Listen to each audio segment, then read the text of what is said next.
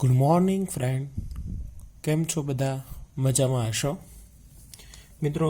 Last ટાઈમના લેક્ચરની અંદર આપણે કુલ સ્થિર ખર્ચ, કુલ અસ્થિર ખર્ચ અને કુલ ખર્ચ વિશેની વાત કરેલી હતી. આજના લેક્ચરની અંદર આગળનો ટોપિક સરેરાશ સ્થિર ખર્ચ શું છે, અંગ્રેજીમાં જેને કહે છે એવરેજ ફિક્સ્ડ કોસ્ટ, એના વિશેનો અભ્યાસ કરાવીશ. આખો ટૂંકનોંધ સ્વરૂપનો પ્રશ્ન છે. અહીંયા મુદ્દા પણ મેં સાથે આપેલા છે. સૌથી પહેલાં અર્થ, ત્યારબાદ સૂત્ર, અનુસૂચિ અને આકૃતિ, અને બાદમાં આપણે લઈશું સમજૂતી. આ રીતના આખો ટોપિક તમને ભણાવવામાં આવશે. 3 માર્કમાં પ્રશ્ન પૂછાઈ શકે. સૌથી પહેલાં સરેરાશ સ્થિર ખર્ચનો અર્થ શું છે? સૂત્રના આધારે વ્યાખ્યા બનાવવામાં આવી છે. સૂત્ર તમે જુઓ છો, સરેરાશ સ્થિર ખર્ચ અંગ્રેજીમાં શું કહેવાય? તો કે AFC, એવરેજ ફિક્સ્ડ કોસ્ટ. તો કુલ સ્થિર ખર્ચને શું કહેવાય? Total cost, total fixed cost, એટલે કે TFC અને TC. ટૂંકમાં કહીએ તો શું થયું? AFC બરાબર TFC છેદમાં TC.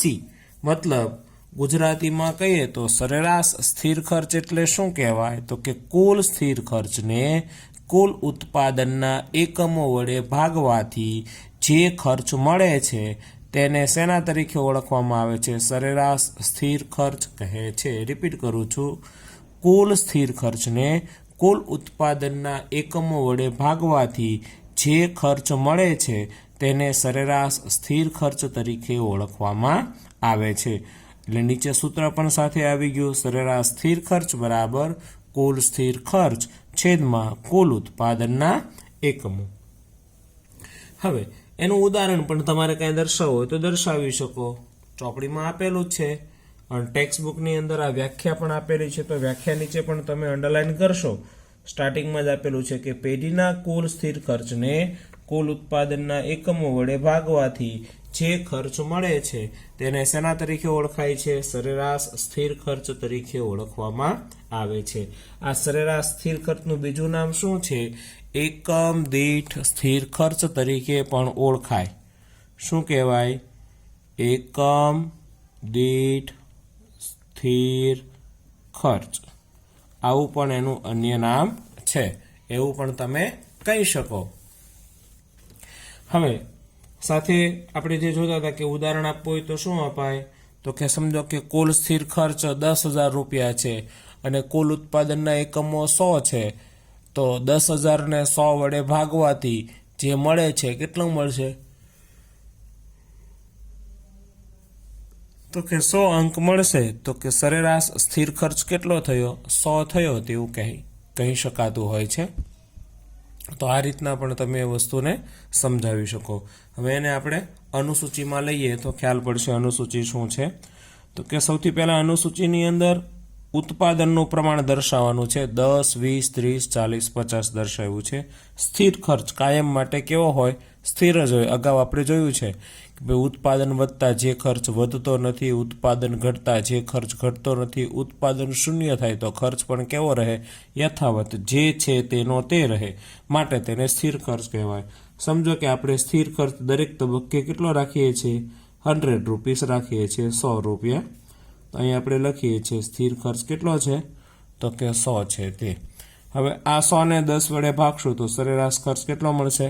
10 મળશે. 100 ભાગ્યા 20 કરશું તો 5. 100 ભાગ્યા 30 કરશું તો કેટલા મળશે?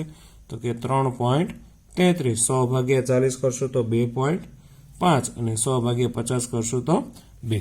આ આપણને ભાગાકાર કરવાથી શું મળી ગયો? સરેરાશ સ્થિર ખર્ચ મળી ગયો.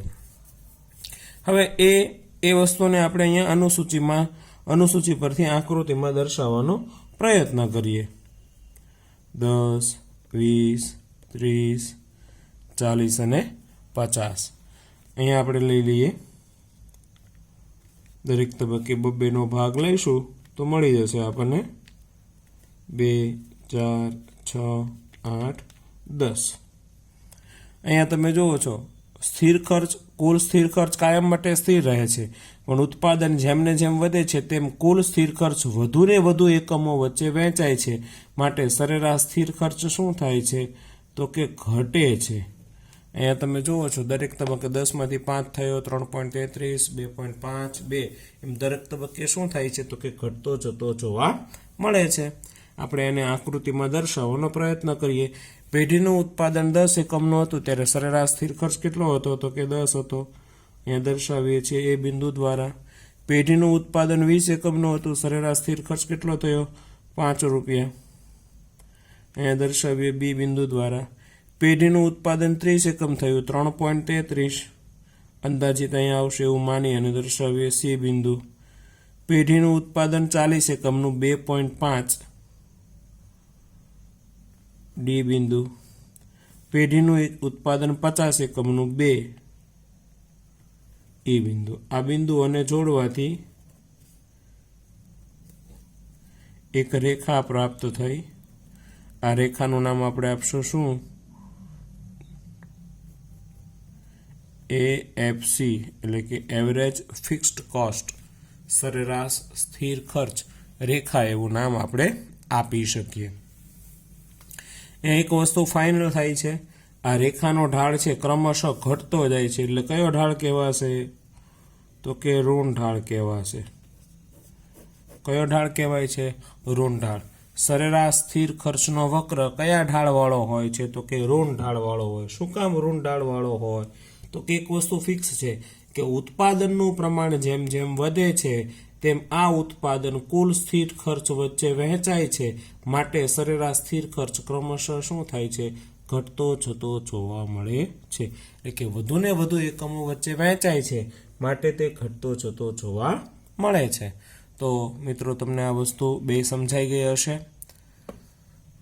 અનુસૂચિ અને આકૃતિ. તો એના આધારે તમે એ વસ્તુને હવે સમજૂતીમાં દર્શાવી શકો. તો સમજૂતીના બે મુદ્દા તો આપણા ફિક્સ જ છે. સૌથી પહેલો મુદ્દો શું આવશે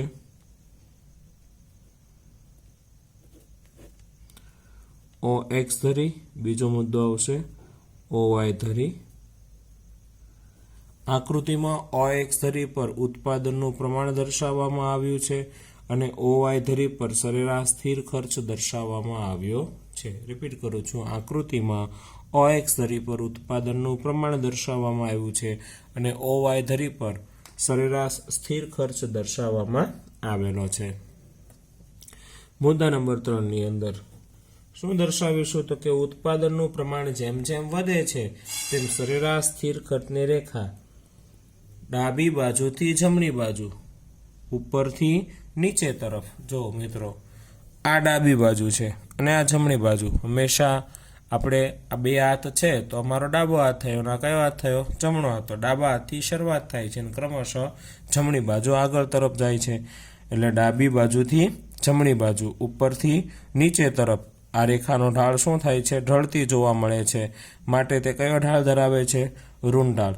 એટલે ઉત્પાદન જેમ જેમ વધે છે, ઉત્પાદન વધતા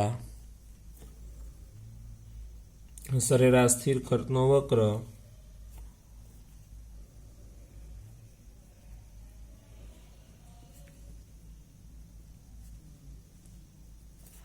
ઘટે છે. ઉત્પાદન વધતા સરેરાશ સ્થિર ખર્ચ શું થાય છે ઘટે છે, માટે તે કયો ઢાળ ધરાવે છે ઋણ ઢાળ. અને એ રેખા કઈ બાજુથી કઈ બાજુ ડાબી બાજુથી જમણી બાજુ, ઉપરથી નીચે તરફ ઢળે છે. ડાબી બાજુથી જમણી બાજુ, ઉપરથી નીચે તરફ ઢળે છે, માટે તે કયો ઢાળ ધરાવે છે ઋણ ઢાળની હોય છે તેમ કહેવાય છે.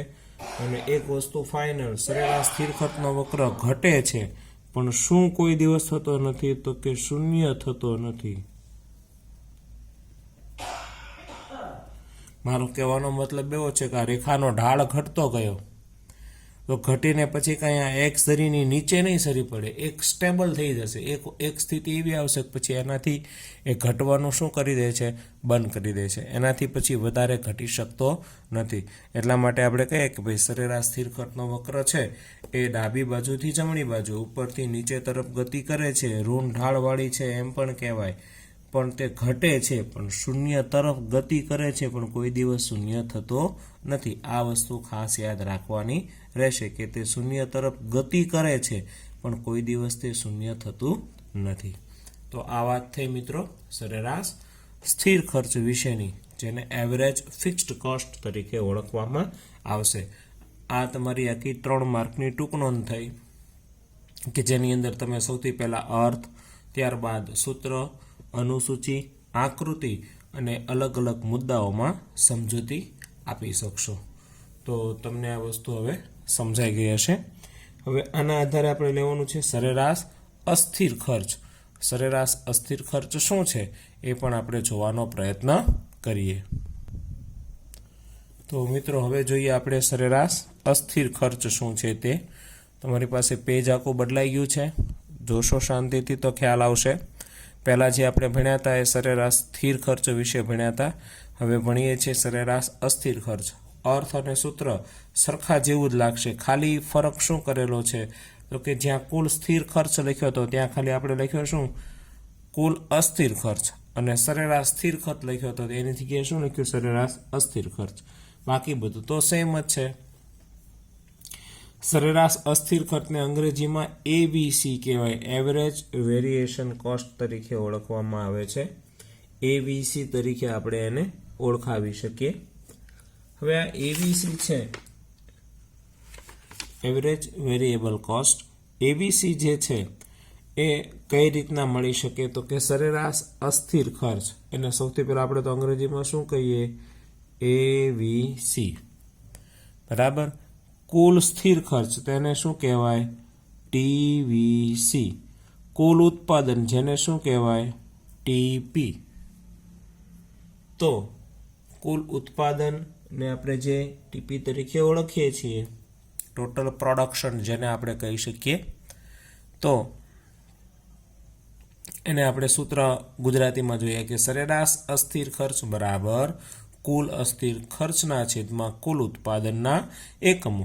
એટલે એના આધારે વ્યાખ્યા શું બની, કુલ અસ્થિર ખર્ચને કુલ ઉત્પાદનના એકમો વડે ભાગતા જે ખર્ચ મળે છે તેને સરેરાશ અસ્થિર ખર્ચ કહે છે. ફરીથી બોલું છું, કુલ અસ્થિર ખર્ચને કુલ ઉત્પાદનના એકમો વડે ભાગતા જે ખર્ચ મળે છે તેને સરેરાશ અસ્થિર ખર્ચ કહેવામાં આવે છે. તો તમારી સમક્ષ આવી ગયું કુલ અસ્થિર ખર્ચ ને કુલ ઉત્પાદનના એકમો વડે ભાગવાથી જે ખર્ચ મળે છે તેને આપણે સરેરાશ અસ્થિર ખર્ચ તરીકે ઓળખીએ છીએ. હવે એ વસ્તુ આપણને અર્થ પણ મળી ગયો, સૂત્ર પણ મળી ગયું. હવે સૂત્રના આધારે આપણે નીચે અનુસૂચિ બનાવીએ તો અનુસૂચિમાં પણ આપણને ખ્યાલ પડશે કે કઈ રીતના તેની અનુસૂચિ બને છે.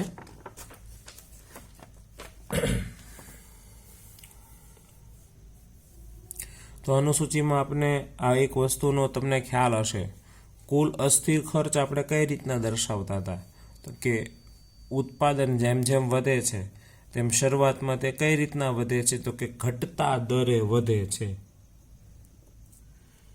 અને પછી વધતા દરે વધે છે. ઘટતા દરે વધે તો ત્યાં કયો નિયમ લાગુ પડે, કોણ કહેશે, કોને યાદ છે? તો ઘટતા દરે વધે તો ત્યાં સૌથી પહેલા વધતી પેદાશનો નિયમ, અને વધતા દરે વધે તો ત્યાં ઘટતી પેદાશનો નિયમ લાગુ પડતો હોય છે. અહીંયા મેં તમને વસ્તુ દર્શાવી દીધી છે. ઉત્પાદન 10, 20, 30, 40, 50, 60, 70 એકમનું દર્શાવ્યું છે.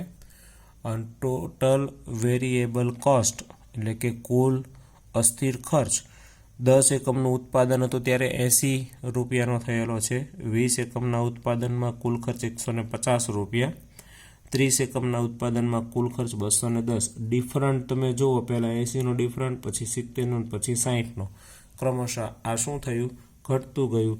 એટલે કે ત્યાં અસ્થિર ખર્ચ જે વધે છે એ કઈ રીતના વધે છે, કુલ અસ્થિર ખર્ચ તો કે ઘટતા દરે વધે છે. ત્યારબાદ શું થાય છે તો કે પછી તે વધતા દરે વધે છે. પછી જે અસ્થિર ખર્ચ છે કઈ રીતના વધે છે તો કે વધતા દરે વધે છે. અને એ તમને એની બે વચ્ચેનો ડિફરન્સ 150 અને 80 વચ્ચે તો કે 70નો ડિફરન્સ, પછી 60નો, પછી 80નો, 100, 110 ને 120 આ રીતના ડિફરન્ટના આધારે આ વસ્તુ ખ્યાલ પડે છે. તો એના આધારે આપણે સાથે સાથે વસ્તુ પણ જોઈ લઈએ. ભાગાકાર એવીસી કઈ રીતના મળશે તો કે ટીવીસી ભાગ્યા ટીપી 80 ભાગ્યા 10 કેટલું થશે તો કે 8 થશે. 150 ભાગ્યા 20 કેટલું થશે 7.5 થશે. 210 ભાગ્યા 30 કેટલું થશે તો કે 7 થશે. 290 ભાગ્યા 40 કેટલું થશે 7.25 થશે. 390 ભાગ્યા 50 કેટલું થશે તો કે 7.8. કેલ્સી લઈ અને તમે પણ કરી શકશો. 500 ભાગ્યા 60 કેટલું થશે તો કે 8.33 થશે. અને 820 ભાગ્યા 70 એટલે 8.85 થશે.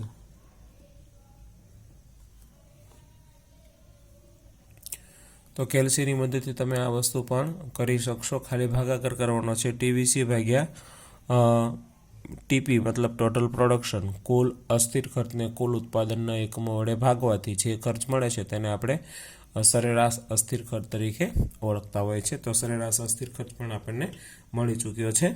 આપણે જોઈએ છીએ સરેરાશ અસ્થિર ખર્ચ આપણને જે મળે છે 7 અને 8ની વચ્ચે જ મળેલો છે, 7 અને 9ની વચ્ચે. તો અહીંયા તમે એ રીતના પણ વસ્તુ દર્શાવી શકશો તો જેથી કરીને તમને રેખાનો બહુ વ્યવસ્થિત રીતના ઢાળ પ્રાપ્ત થઈ શકશે. તમારા માટે એ વસ્તુ પણ સમજણ અંતર્ગત સહેલી બને માટે. તો સૌથી પહેલાં એ જે વસ્તુ મળી છે તેને આપણે દર્શાવવાનો અનુસૂચિને આકૃતિમાં દર્શાવવાનો પ્રયાસ કરીએ અને પછી એની સમજૂતી આપણે મેળવીએ. નીચે ધરી તોડું છું જેના આધારે તમે કહી શકો કે ત્યાં વચ્ચે અમુક બિંદુઓ સમાયેલા હશે. એ દર્શાવીએ છીએ આપણે 7, 7.5, 8, 8.5 અને 9 મળી ગયું તમને. હવે આપણે ક્રમશઃ આ વસ્તુ આપણે ત્યાં દર્શાવવાની છે બિંદુઓને. તો એનાથી આપણને એક રેખા પ્રાપ્ત થશે.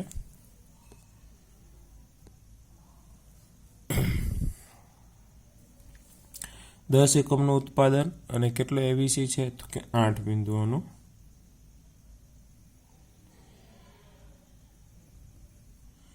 દસ, 20, 30, 40, 50, 60 અને 70.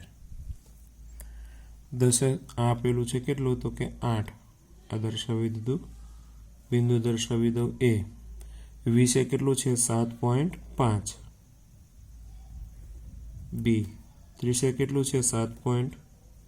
Only four 7. સી 40 7.25.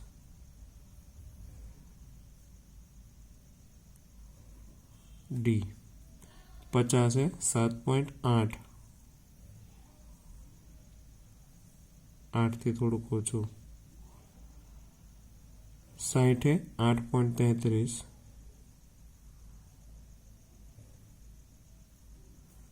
અને 8.85.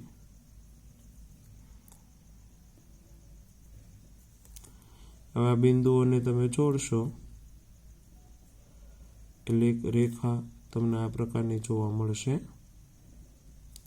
આ રેખાનું નામ આપણે આપશું એવીસી, એવું નામ પણ આપણે આપીશું, એવરેજ વેરિયેબલ કોસ્ટ.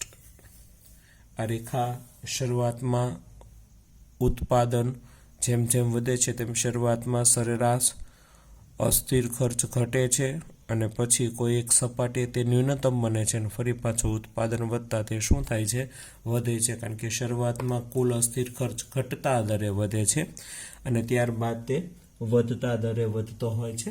તો તો એ વસ્તુ એને પણ લાગુ પડતી હોય છે. મિત્રો, જે વસ્તુ મારે તમને સમજાવવાની છે એ જ વસ્તુ બહુ મહત્વની છે કે જેમ જેમ ઉત્પાદનનું પ્રમાણ વધે છે તેમ તેમ કુલ અસ્થિર ખર્ચ વધે છે. શરૂઆતમાં ઉત્પાદન વધતા સરેરાશ અસ્થિર ખર્ચ ઘટે છે. ઉત્પાદનનો વધારો ચાલુ રહેતા સરેરાશ અસ્થિર ખર્ચ ન્યૂનતમ બને છે અને ત્યારબાદ ઉત્પાદન વધતા સરેરાશ અસ્થિર ખર્ચ વધે પણ છે. તો આપણે એ જ જોયું.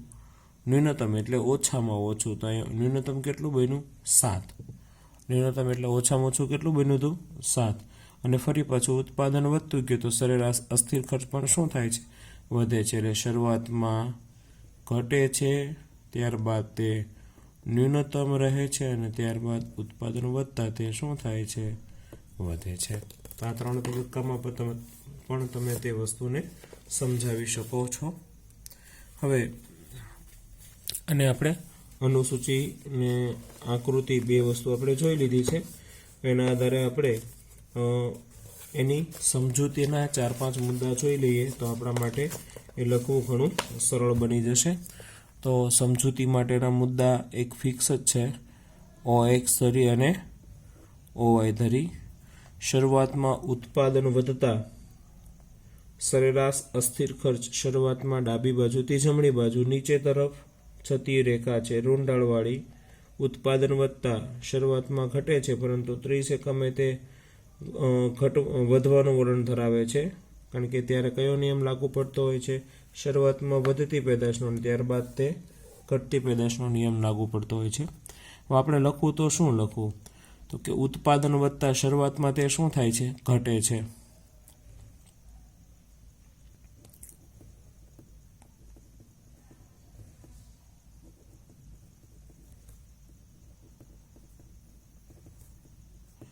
ત્યારબાદ તે કેવું રહે છે? ન્યૂનતમ. અને ઉત્પાદન વધતા તે પાછું શું થાય છે? વધે છે. પહેલાં ઘટે છે, પછી ન્યૂનતમ અને ફરી પાછું વધે છે. શરૂઆતમાં કયો નિયમ લાગુ પડે છે? વધતી પેદાશ અને ત્યારબાદ ઘટતી પેદાશ. આ રીતના તમે જુઓ છો તો સરેરાશ અસ્થિર ખર્ચનો વક્ર શરૂઆતમાં કયો ઢાળવાળો હોય છે? ઋણ ઢાળ. અને ત્યારબાદ કયો ઢાળ થાય છે? તો કે ધન ઢાળવાળો થયેલો જોવા મળે છે. એટલે ઉત્પાદન વધતા શરૂઆતમાં સરેરાશ અસ્થિર ખર્ચ ઘટે છે. ઉત્પાદન વધવાનું ચાલુ હોય છે ત્યારે કોઈ એક સપાટી તે ન્યૂનતમ બને છે. ફરી પાછું ઉત્પાદન વધતા તે શું થાય છે? વધે છે. તો આ રીતના શરૂઆતમાં જ્યારે ઘટતો હોય છે ત્યારે વધતી પેદાશનો નિયમ લાગુ પડતો હોય છે અને જ્યારે તે વધતો હોય છે ત્યારે તે ઘટતી પેદાશના નિયમ અંતર્ગત તે એ પ્રમાણે ચાલુ હોય છે. તો મિત્રો, આ વાત થઈ આપણે સરેરાશ અસ્થિર ખર્ચ વિશેની, જેમાં પણ આપણે શરૂઆતમાં અર્થ, ત્યારબાદ સૂત્ર, એકાદું ઉદાહરણ દર્શાવવું હોય તો પણ તમે દર્શાવી શકો. ત્યારબાદ અનુસૂચિ લીધી છે. અનુસૂચિમાં આપણે ખ્યાલ છે તે મુજબ કુલ અસ્થિર ખર્ચ શરૂઆતમાં ઘટતા દરે વધે છે અને ત્યારબાદ તે વધતા દરે વધે છે. ઘટતા દરે વધતો હોય છે ત્યારે વધતી પેદાશનો નિયમ લાગુ પડતો હોય છે અને વધતા દરે વધે છે ત્યારે ઘટતી પેદાશનો નિયમ લાગુ પડે છે. શરૂઆતમાં સરેરાશ અસ્થિર ખર્ચ ઘટે છે, કોઈ એક સપાટીએ તે ન્યૂનતમ બનતો હોય છે અને ત્યારબાદ ઉત્પાદન વધતા તે વધતો હોય છે. આ રીતના તમને અનુસૂચિ પણ આપેલી છે. ખાસ બહુ મહત્ત્વની બાબત એ છે કે અનુસૂચિ સરળતાથી કઈ રીતના બનશે. જો તમને TVCની અનુસૂચિ બનાવતા આવડતી હશે તો ભાગાકાર જ કરવાનો છે. તેના આધારે ABCની અનુસૂચિ સરળતાથી તમારી પાસે બની જાય. ન બને એવું કાંઈ કઠિન છે નહીં, પણ જેમ મહત્ત્વની જો કોઈ બાબત હોય તો એ TVCની અનુસૂચિ બનાવવાની છે કે શરૂઆતમાં તમારે ઘટતા દરે વધારવાનું છે અને ત્યારબાદ તે વધતા દરે વધે. તો એના આધારે તમને બાજુની અનુસૂચિ સરળતાથી, પછી તો ભાગાકાર કરવાનો જ હોય તો સરળતાથી મળી શકે. અને એના આધારે તમે આકૃતિ દર્શાવો છો તો શરૂઆતમાં તે ABC રેખાનો ઢાળ ઋણ ઢાળ હોય છે, પછી કોઈ એક સપાટી તે ન્યૂનતમ બને છે. C બિંદુ પાસે તમે જુઓ છો અહીંથી આ લાસ્ટમાં લાસ્ટ છે એટલે ત્યાં તે શું બને છે? ન્યૂનતમ બનતો હોય છે અને ત્યારબાદ ઉત્પાદન વધતા તે વધતું હોય છે. જ્યારે વધે છે ત્યારે ધનઢાળ હોય છે, ઘટે છે ત્યારે તે ઋણઢાળમાં હોય છે. આ રીતના મિત્રો તમને સરેરાશ અસ્થિર ખર્ચ વિશેની પણ માહિતી આપવામાં આવી છે. આટલા સુધી રાખીએ, બાકીની ચર્ચા આપણે નેક્સ્ટ ટાઈમ જોઈશું.